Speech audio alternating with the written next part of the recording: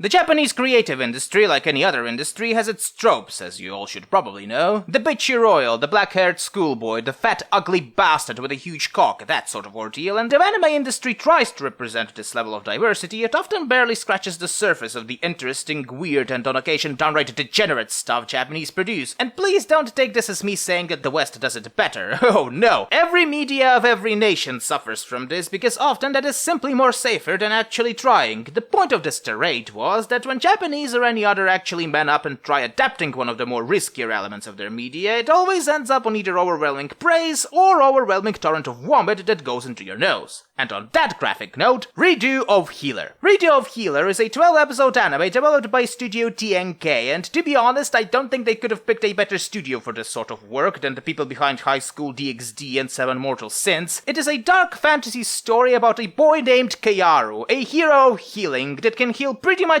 anything as long as the person is alive, but the downside to this is that during healing he either sees or copies his target's memories and feelings, which are almost universally painful, making him collapse on sight. Because of this, the good and kind comrades of his drug, rape, and abuse him every day of his life until he defeats a demon lord and rewinds time to make sure he'll get revenge on every single person that wronged him. Before actually watching it, I've only heard about this anime from people trying to compare it to something. The usual comparisons I've heard were Rants and Rising of the Shield Hero, and after watching it uncensored, because watching these sorts of anime censored is like wearing a condom during a blowjob, I can definitely say that the Rising of the Shield Hero comparison is more appropriate. I can definitely say that when people that never seen Shield Hero complain about it being sexist or whatever, they actually imagine Redo of Healer. This is an unabashed power fantasy. The whole point of the story is watching as angry and bitter Keiaru, a being with basically the power to do whatever the fuck plot wants him to do, does his revenge against anyone that wronged him with increasingly more sadistic and sexualized punishments, and the whole world-building aspect of this anime can be described as cruel and horrible people doing cruel and horrible things to each other, and none of them really feel sympathetic or worthy of emulating, and people who think otherwise are either future school shooters or obnoxious wannabe school shooters. But even with all of that, even though I know the whole plot is obnoxious and kind of pretentious, I can't really say I did like what I've seen in the show. Mind you, this isn't me recommending Redo of Healer, this is more after the first episode I've realized exactly what sort of show this is and just embraced it. And as far as these sorts of shows tend to get, this is actually far from the worst example of it. The entire plot is reasonably structured, the characters aren't deep, but you can definitely understand the motives behind their actions, or at the very least what Keiaru does is far from illogical given the circumstances. The graphics are alright, on a middling spectrum, but they serve their purpose quite nicely. The music is forgettable, but what I do remember felt cheesy and cliched. And in regards to sex scenes, first of all, even the uncensored version doesn't devolve into full hentai. Remember, for it to be actually classified as a hentai, you have to see primary sexual organs wide on screen, even if censored. The only time we see Keiaru's penis is in a form of a shadow on a girl's face. Everything else, though sexualized and gives no room for imagination, is technically still isn't porn. If it was, though, as far as hentai is concerned, I'd say it once again is a middle tier one. It lies in that exact spot where it's not exactly just vanilla, but neither does it go into some deviant shit Japanese are known for. Overall, the show is a dumb power fantasy, knows it's a dumb power fantasy, and totally expects the viewer to just appreciate how dumb it is. Whether that's enough to keep you entertained is only up to you to decide. All I can say is that it is like store brand food. Cheap, probably worse than other food, but I've eaten worse.